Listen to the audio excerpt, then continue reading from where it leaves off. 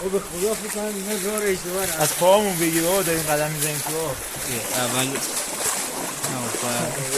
خرنگیقه رو داریم اون بابا یه چرتی گفت داد تو چرا باورت میشه چی نوشته؟ باید بریم بیای برو بیاین مهربان باش.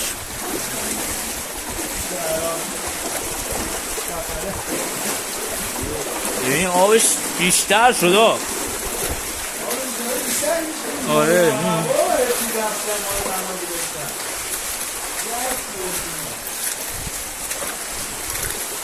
باید ببینیمش بالاخره. اون آبشار آخریه. یه الان چندمی بود؟ 17می بود درسته؟ رد کردیم اونو. الان 18می باید باشه. اول از اونجا رو ببین. افا اونجا اون بالا. آره افاز بیا.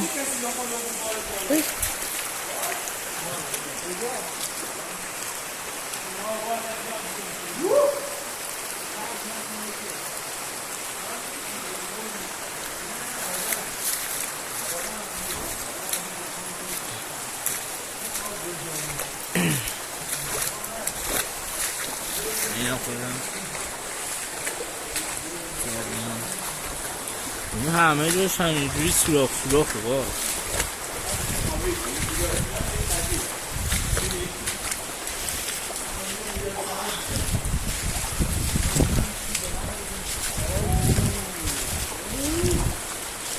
همهش از همه جاش آب میاد.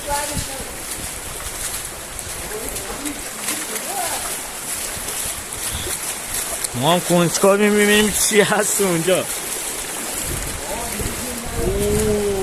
داره سردتر میشه.